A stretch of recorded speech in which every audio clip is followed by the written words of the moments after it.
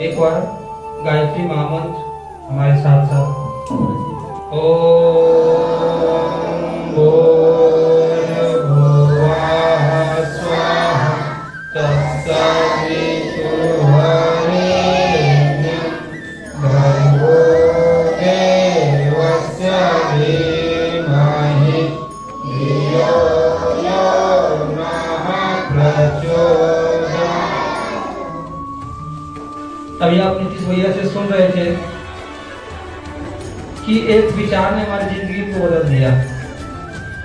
वो सबों को पता होगा कि नीतीश भैया क्या करते थे, पहले वीडियो बनाते थे, कॉमेडी वीडियो बनाते थे और वो सिर्फ बनाते नहीं थे, वो उस फील्ड में निरंतर सफल होते जा रहा था। जिस तरह से लोग आखिर यूट्यूब अपना चैनल क्यों खोलता है, सब्सक्राइबर बढ़ाने के लिए। सब्सक्राइबर बढ़ेगा, मोनेटाइज होगा, मोनेटाइज होने के बाद क्या होगा, पैसा आएगा वहां से और हमें लोग फेमस हो जाएंगे। वहां से एक बच्चा क्या करेगा, जानने लगेगा। सबका शौक रहता है कि नहीं रहता है।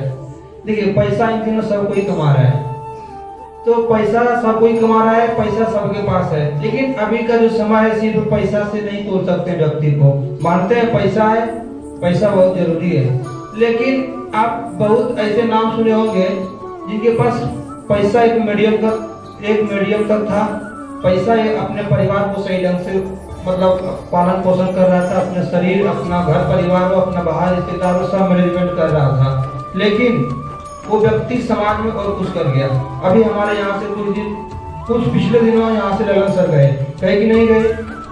आप बताइए कि ललन सर जब यहाँ से गए थे तो ललन सर क्या धीरू भाई अंबानी का बेटा था, करोड़पति आदमी थे?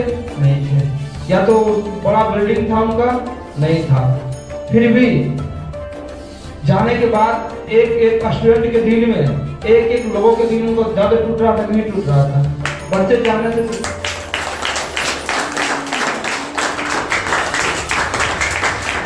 व्यक्ति क्या होता है, देखिए होता क्या है कि आपका अभी का जो समय खून का रिलेशन है कि इतना मायने नहीं रखता है। जो अपना भाई होता है उसमें गहरी लड़ाई होता है कि नहीं होता है? जिंदगी भर आप एक दूसरे से बोलता नहीं है। क्या ललन सर का कोई खून का तो रिश्ता नहीं था, वो दिल का रिश्ता था। तो यही काम करता है आपके साथ। अगर आपके अंदर कुछ अच्छा विचार हो, अच्छी चीज हो जो लोगों के सामने आप परोस रहे हैं, आप अपने जीवन में धारण कर रहे हैं, तो वो एक दिन न एक दिन सफलता की सीढ़ियां जरूर चढ़ता है वो व्यक्ति, चाहे टाइम लगे लेकिन चढ़ता है। इसीलिए कि आपके अंदर कोई भी एक विचार न जाने आपको कहां से कहां ले जाएगा। इसलिए आपको हर एक शनिवार में यहाँ पे बुलाया जाता है कि आप आते हैं और यहाँ से सारी चीजें को सीखें। और कोई जरूरी नहीं है कि हम सारे पूरी तरह से यहाँ पे जो बताया जाता है पूरी तरह से हम यहाँ पे सारी चीजों को ले सकते हैं, ये नहीं हो सकता है। लेकिन अगर हम पूरे सारी चीजों को नहीं ले सकते हैं, लेकिन एक चीज तो एक शनिवार हो, 2 शनिवार हो, आज या कल वाला हो, एक न एक चीज मिलेगा कि नहीं मिलेगा? मिलेगा। इसीलिए आपको बुलाया जाता है यहाँ पे। देखिए होता क्या है कि पढ़ाई सब कोई करता है, पढ़ सब कोई रहा है, पढ़ रहा है कि नहीं पढ़ रहा है।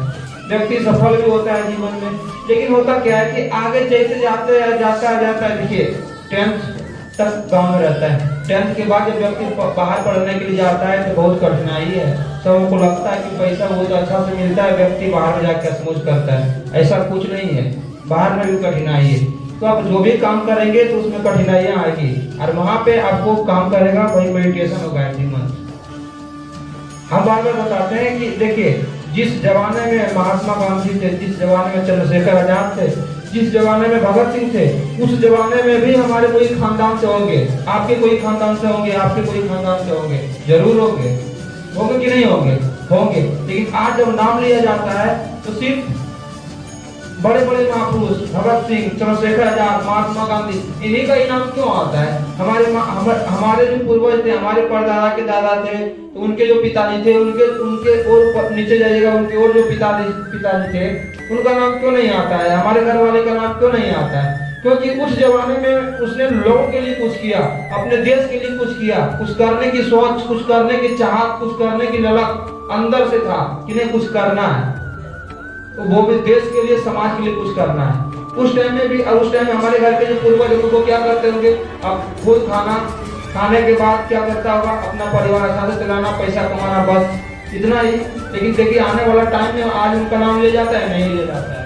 तो जो देखिए होता क्या है कि आप जो भी काम कर रहे हैं उसको मन से करना चाहिए, है कि नहीं। आप जो चीज मिला है उसको ईमानदारी पूर्वक करिए। मेडिटेशन आखिर नाम किसका है?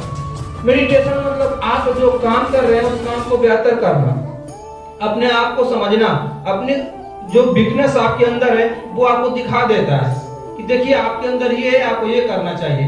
पढ़ाई करने टाइम में आपका अगर मन नहीं लगेगा तो उस पढ़ाई पर से अगर आपको उठना चाहिए, लेकिन अंदर से आवाज आएगा नहीं पढ़ेंगे तो फेल कर जाएंगे, पढ़ना जरूरी है। यही एक दिशा दिखाता है, उस दिशा दिखाता है, उसमें अगर आप कार्य करें तो कार्य करने के लिए वो बल देता है पीछे से कि वो तुम करो, वो काम करोगे तो आगे जाकर डेवलप करोगे। आपको पता है महात्मा गांधी जब वो जॉब के लिए दक्षिण अफ्रीका में जब उनका जॉब हुआ था, वो वकील की ड्यूटी करते थे। फर्स्ट टाइम में जब वो कोर्ट पीट के जब वकालत करने के लिए जब गए थे तो पता है उसका पैर थरथराने लगा था, जिसका केस वो लड़ रहा था। जब देखा कि ये तो सही से जज के सामने बोल नहीं पाता है तो हमारा ये केस क्या जिताएगा, उसे कॉलर पकड़ के और उसे पैसा छीन लिया अपना कि तुम सही से बोल नहीं पाते हो और हमारा केस कैसे तुम जिताओगे। पैसा कॉलर पकड़ के पैसा खींच लिया वहां से। और वही व्यक्ति जब अपने अंदर झांका, मेडिटेशन हो, गायत्री मंत्र किया, साधना किया, वही व्यक्ति आज किस नाम से जाना जाता है? महात्मा गांधी के नाम से जाना जाता है। हमें नहीं लगता है कि कोई भी अगर 26 जनवरी हो, स्वतंत्रता दिवस हो या गणतंत्र दिवस हो, कोई भी चीज में बापू का नाम नहीं आता है। आता है कि नहीं आता? और उनकी जब जीवनी आप पढ़ेंगे तो वो स्वयं बताते हैं कि हमारे अंदर हमने अगर बंद कमरे में मेडिटेशन और गायत्री मंत्र नहीं किया होता तो हमें इतना मतलब कब का पागल हो गया रहता। बहुत सारा टेंशन था उस टाइम उनको। जब वो वहां से दक्षिण अफ्रीका से आए थे, लोग पत्थर बिकते थे, चप्पल बिकते थे और हंसते थे, ये देश आजाद कराएगा, यहाँ पे बड़े बड़े नौजवान युवा साथी नहीं करा पा रहे, ये बूढ़ा कराएगा। और उसने आया क्रांति की। वो क्रांति किसके बल पे हुआ? मेडिटेशन के बल पे, गायत्री मंत्र के बल पे। तो हम लोगों को वहां से सीख लेनी चाहिए। आज छोटी छोटी बातों में हम लोग उलझ जाते हैं। तो वही काम ये युवा प्रकोष्ठ और बाल संस्कार सभा कर रहा है। बहुत बहुत धन्यवाद। और आप सबको ज्यादा समय नहीं देते, हम सबको प्रेरणा स्रोत आप मनीष भैया के लिए एक बार जोरदार ताली।